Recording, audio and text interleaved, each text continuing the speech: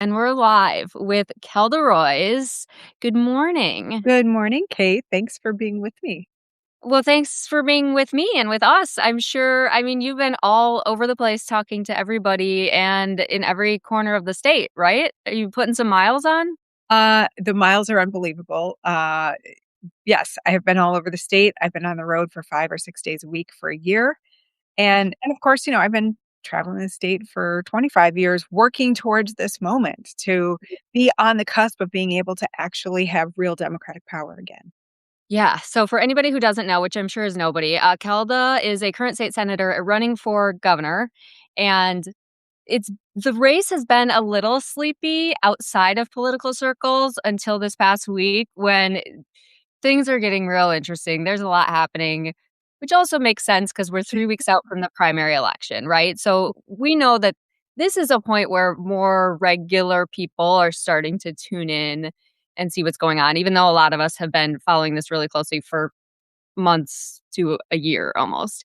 Right. Um, so for the people who are just tuning in, and I keep hearing when I talk to people in person that they don't know all the candidates and they don't know much about them. Could you give us a rundown of who you are, what your kind of experience and resume and path has been like to this point, and why you are running for governor right now? Sure. I'm Kelda Roys. I have been a progressive fighter and advocate for 25 years, working to turn great progressive ideas into law. And I've had a lot of different roles during that time. I mean, obviously, volunteer. I've never sat out an election cycle. I'm an attorney by training. I'm very passionate about criminal justice reform. I also spent 4 years as executive director of NARAL Pro Choice Wisconsin, fighting on the front lines for reproductive freedom. I served 2 terms in the state assembly, including in 2009, which was the last time we had a Democratic trifecta. And then I was there in 2011 when Walker and Tiffany came in and immediately attacked public schools and teachers and our rights. And for the last 13 years, I've been a small business owner. My company makes it easier and more affordable for people to buy and sell houses. So I'm really passionate about small businesses and helping our homegrown entrepreneurs. And in 2020, I was elected to the state Senate, where I now serve, and I sit on the Joint Finance Committee. Most importantly, I'm a mom and stepmom of five. And so throughout all of this, I am really focused on trying to make our state a place where every single kid, no matter who you are or where you're from, where you just have the freedom to thrive. Yeah, and I mean, that is quite the resume, and as I've been having many conversations with many people just in my life, but also, like, interviews and, talking to other pundits and stuff like that, everybody agrees. They're like, "Yeah, Kelda's experience, Kelda's resume is very prime for a gubernatorial run." I mean, you have kind of taken the path that has and I know that's not why you did it, but everything you've done has sort of led up to role within our state because you've already played those leadership roles in the different um, roles you've played, both in the assembly and in the Senate now, and being a small business owner, coming at it from all those different angles. I am hearing a lot from people. Well, why isn't Kelda just, like, rising more in the polls? Why isn't her name out there more? I th and that question is coming for a few of the different candidates for sure. Mhm. Yeah, But let's talk about that. Go ahead. yeah, 'cause I'm also hearing anecdotally, actually, that there's a lot of people that support you, and I'm getting DMs from a lot of people who support you as well. So it's almost like, what do you think is the gap there from what we've seen in data and what I'm hearing and what I'm sure you're hearing, that there is a lot of support out there for you? Yeah, I mean, you said it yourself at the outset, right? This has been a very sleepy race. All of the candidates, I think, have been working hard and traveling the state, but nobody's paying attention, right? We don't have the same kind of robust media infrastructure that we used to have 10 or 20 years ago. We're in a very fractured landscape that rewards the loudest and most extreme voices and not necessarily the people who might be the most capable leaders or that have been in the fight for the longest. And I think, in that kind of environment, it is hard for any voter to actually know, number one, there's an election going on. And number two, oh, now I'm supposed to do a bunch of homework on these candidates with what free time? It's summer, like, your kids are crazy, everybody's trying to, maybe take a trip or whatever, and I just think that is, that is kind of why this race has been, under the radar for a long time. I also Mhm. think that last public polling in this race was in the field in February.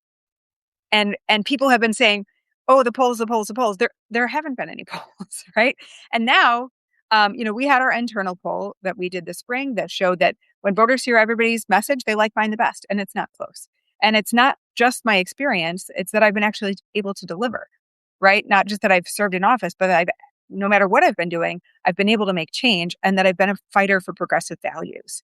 Mhm. It's really odd to see, there's so much fight against the establishment and the status quo. And I'm like, hey, welcome to the party, man. I've been here for 25 years fighting the establishment, taking on bullies and billionaires and corporate power, back when it wasn't popular, back when that, didn't make you a lot of friends in the Democratic Party or anywhere else. And so now it's like, I feel like the party's kind of come around to where I am. And, but because I've been in this fight for a long time, um, I think it's sort of like, well, yeah, we know Kelda's with us. Of course, we don't have to worry about her. Yeah. She's a known quantity, right? Um, and And it I is interesting to that point where people, it's like, well, that is a good thing for a candidate, especially statewide, who is going to be leading, who is going to need to work with both sides. And I will totally back you up on those claims. You actually are very progressive as well, which I don't think I've always enjoyed following you because you've always been very outspoken and you break things down. I don't know if it's the attorney in you or the mom in you or just like the eldest daughter energy. But for as long as I've been doing this, you've always been online, um, breaking things down, not afraid to like tell it like it is, calling people out on both sides, quite frankly. And that transparency is something as somebody in this work, have always appreciated. And I think yeah, it's like you're almost kinda getting dinged now for being, like for that eldest daughter energy, it's like, "Oh, she wasn't actually riled up enough or doing this enough," but you have right. been a, progressive voice for the people of Wisconsin for over 2 decades now. Yeah. What is the Sorry, go ahead. No, I was just gonna say you can be absolutely passionate, but still be professional. And for me, it's about what can I do that actually gets things done, and I would way rather get something done than just grandstand. And what do you think so a lot of people who are just tuning in and are they're probably looking at the different candidates, going to their platforms, seeing the different policies, and there are differences in some of the policies and priorities that you all are putting Mhm. forth, but it's smaller nuanced stuff. Like at a baseline, you guys are all running as Democrats. So you have a lot of the same policy priorities. You all are wanting to help people be able to afford things better, access healthcare, things like Mhm. that. Do you think there's any big differences in the policies you've put forward, against any of the other ones that you think would really make a big difference in people's lives? Yeah, absolutely. I mean, number one, I've taken the strongest positions against ICE. I've called for prosecution for when they violate state laws. I have also called for an end to the voucher program responsibly, and I actually have a plan to do it. There are a couple of candidates who are pro voucher, a couple who are anti, but I'm the only one that actually has a plan for how can we feasibly put the genie back in the bottle in a way that is responsible and Yes, and politically. you put very specific, you put out a very specific, plan for that recently, and I put it out on my stories and I asked people what they thought about it, and I got actually a ton of great feedback, and I think people really appreciate the, detail in going into how that would work out because it is complicated, and a lot of people who are pro public schools, which is many of us, can sometimes see some of the negative things with vouchers and just immediately want to push that away, but if we can't it's not black and white like that, and, like, kids would fall through the cracks if we just shut that off. So can you talk a little bit about what your plan is to move that forward? Yeah, I mean, and this is an example of why you can't govern by name, right? The details matter because actual people's lives are affected by the decisions you make in government. So, my plan to bring the voucher scheme to an end is basically three steps. Step one is accountability, transparency, and non discrimination. That means if you take $1 of public money, then you are immediately subject to all the same rules and obligations that public schools have, right? No more discriminating, no more keeping your books closed. Teachers have to be licensed, no corporal punishment, those kinds of things. Mhm, Step two deals with everything in the statewide expansion, so not Milwaukee and Racine. The vast majority of those kids were already in private school. And so my plan calls for at the beginning of the next school year after I become governor in 2027, the state will simply stop picking up the tab for those students, again, the vast majority of whom were already in private school at their parents' expense. Now, for Milwaukee and Racine, that's step three. This is much more challenging because those are very long-standing programs. They've been in place for decades and they serve a much larger percentage of the population. So there is an understanding that many of those students are low income. They already have several barriers. And if they're in a school and it is working for them, as long as those schools are willing to, of course, be accountable, transparent, and not discriminate, then they can remain in those schools until they graduate and their siblings can go too. But mhm, over time, we're going to increase the capacity and the quality. The quality is what really matters of the Milwaukee and Racine public schools so that parents want their kids to go to public school. And when we're not draining $1.5 billion every budget from our public schools and going to private, then we'll actually have the resources to make sure that we can attract and retain the best teachers. We can have smaller class sizes. We can have the same kind of opportunities that some kids in well-resourced districts have had, but that mhm. every single kid deserves. Right, because while the voucher program may have started out in good faith and addressing a real problem, that ideally that problem shouldn't even be there in the first place, and it is like all school districts and schools should have access to the funding they need so that a kid doesn't have to go to a public or a private school because their public school is failing. That is not addressing the root of the issue. Um, Exactly. so I think that is a really relevant point, and I think that resonated with a lot of people. And then is there can you talk a bit about your healthcare, uh, Yeah. proposal? Yeah, and healthcare, this is another area where I differ from the other candidates in the primary. I am the only candidate in this race that's actually delivered healthcare to more people. So in the assembly, I helped expand Badger Care back in 2009, which was the last time we did an expansion. 80,000 Wisconsinites were able to get covered who previously didn't have insurance. And I know what it's like to go without insurance. In my 20s, I didn't have enough money and it was scary. So I realized how life-changing that is. And that's why for the last 15 years I fought for Medicaid expansion. We should have done it. The Republicans cost us billions of dollars and who knows how many lives by refusing to take that federal Medicaid expansion.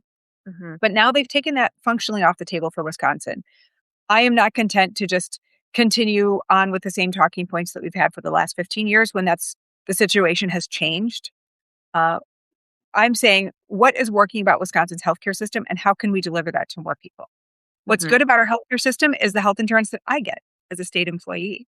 So I get high quality, comprehensive coverage. It's competitively priced. Most of the insurers are nonprofit and the premiums are very stable because it's a huge insurance pool, right? And the more people that you spread the risk out over, the more stable the costs and the more, the lower the administrative overhead is. Right. So I'm going to open up that state health insurance program to let anybody buy in. It's a public option, so an individual or a family could buy in, but it's a lot more than that because employers could buy in too. So think about the school district, think about mid-sized manufacturing companies who might be competing with European countries that have single payer healthcare, which obviously we should do. Mhm, um, think about small businesses or would be entrepreneurs. Think about people who might want to retire, but they're not yet eligible for Medicare. It's mhm. not just a plan for health security, although it does do that. It's not just a plan to keep rural hospitals and clinic stores open, although it does do that. It's also a plan for economic freedom to free us from the idea that we're rationing healthcare based on your job or your wealth. Yeah, and that comes up so often in so many conversations I have in real life. The amount of people that are held back into scenarios and situations just because they have to make decisions based on keeping a job that has healthcare and losing out on so many other things is not only sad, but so Yeah, much missed opportunity for economic growth, I think, for our state. yeah. Um, and I know everybody's trying to get to a point where healthcare is more affordable and accessible, and I think that that sounds like something real because yeah, the Medicaid expansion dollars are just not even on the table anymore, as I There understand. and not only that, but, like, if we were gonna try to expand Medicaid, that would create all of these other fiscal and regulatory problems that our state Medicaid director and our state Medicaid office, which has desperately wanted expansion, has said is not feasible. Mm, And I understand that nobody wants to read a six-page memo, that's very dense about what the Tom Tiffany, Donald Trump big ugly bill did to the prospects for Medicaid expansion, but if you wanna be governor of the state, you should be willing to do that, and then you yeah. should be willing to stick to your policy priorities. Medicaid expansion would have been great, but it would have only helped a very small subset of Wisconsinites. My Mhm, plan will help all of us, even if you don't buy into the state plan, because overall, when you have less uncompensated care, then all of our premiums can go down. And when we're saving taxpayer dollars, we can pour those savings into subsidies to help low income people who are falling through the cracks, right? People who are not eligible for Medicaid, but they don't make enough to really be able to buy coverage themselves. So my plan is a win-win and is much broader and a more effective and politically feasible way to get us mhm. towards the goal of covering everybody with affordable health care. And speaking of feasibility, I'm sure because you seem to think of everything before you're actually putting it out there. What does the feasibility look like on something like that? I'm sure you would propose it. It would need to be approved by the legislature, I'm assuming. Have you spoken to different like Democrats, both progressives and maybe more centrists, and even some Republicans to see if that's something that people would get on board with and if it would work in their communities? Yes, actually, I have. And, this is not just an idea that's in my head. And I didn't dream this up, right? I mean, other people have talked about this. This is a bill. So if you actually go to my Senate website, you can actually look at the bill and see the language. But as I've traveled around the state, one of the things that I always try to do is work with legislative candidates because I think politics is a team sport. So if Mhm. I'm going to be in Walworth County, I'm going to be inviting the state Senate candidate, the state assembly candidate to come to my event. I'm going to let them speak. I want to talk about their campaigns when I'm talking with the press in those areas. And this is a topic that comes up again and again. And I say, well, what do you think about this? What do you think about healthcare and what are you hearing? And they're like, I love your plan. Your plan was the first thing that I heard about you, and it made me look more into your campaign. And, I talk about it at the doors. And so I think this is an idea that as people realize that nobody's coming to save us, right?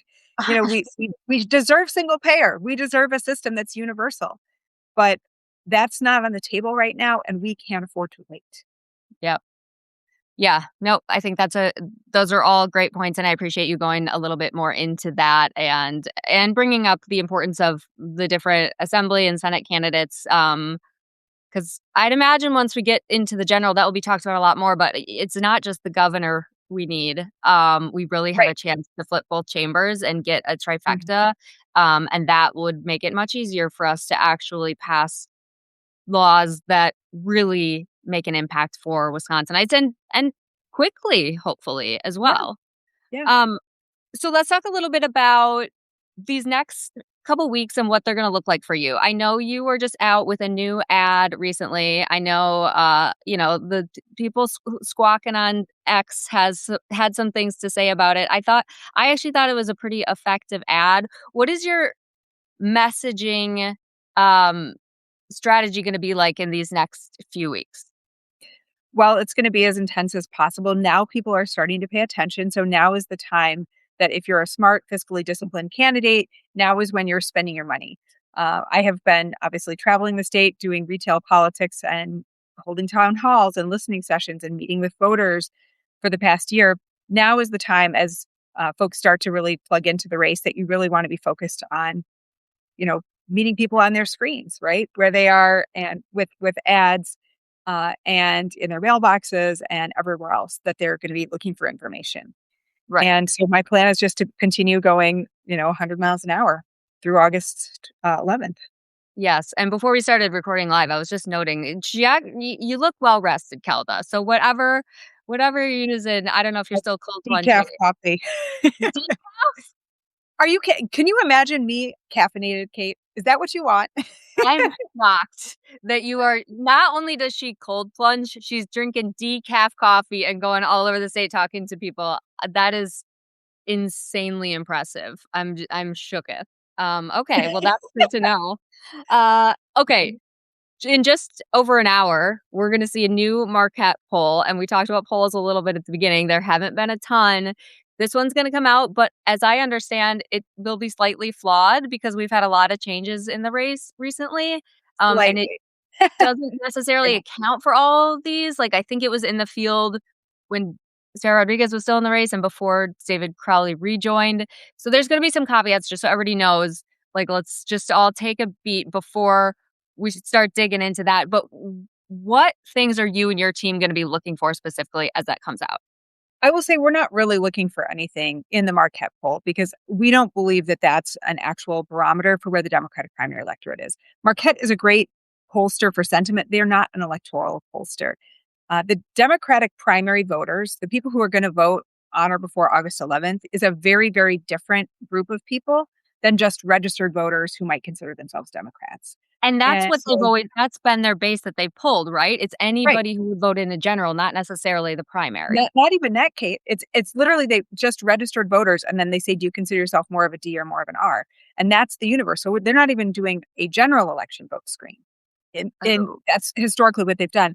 And that's why, like a week or two before the Supreme Court election, they still had, which Chris Taylor won by 20 points. They were still like, "Oh, it's a toss up. It's undecided." Like, no, it's not. Mhm. um, if you want to know how people feel about a certain issue, Marquette's great because they do a lot of tracking over time, and so you can see how general population sentiment changes. They are not an electoral pollster, and I think it's a misuse of a valuable instrument when people try to make it into an electoral poll. We have just did an internal poll, and I think the other campaigns have done them as well. We sampled 600 Democratic primary voters, and we did so on Friday, Saturday, and Sunday this past weekend. So after Rodriguez was out of the race, and when it was clear that Crowley was going to be getting back in, likely with Ever's endorsement, and then after he did.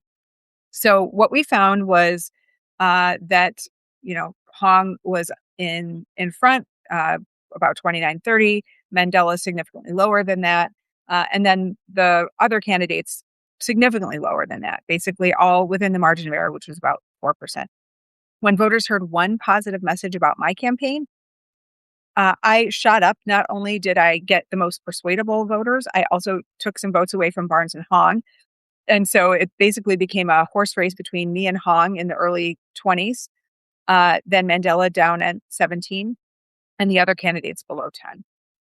What that tells me is that this race is still wide open. A lot of folks are undecided or persuadable, Mhm, and that people are absolutely looking and paying attention. And when they hear my message, they find it persuasive. mhm. Yeah, I think that tracks with just what I've been hearing too. I think there are a lot of Hong supporters, and then there are a lot of truly undecided voters. And they are people who are paying attention, but they're just trying to figure it out. Because it's a good field. We have impressive people in it. And I think your message is really resonating when it gets to people. So what do you want to ask anybody watching this or anybody who is already supporting your campaign? What's gonna be helpful? How can they help get your message out in these next, couple weeks heading into the primary?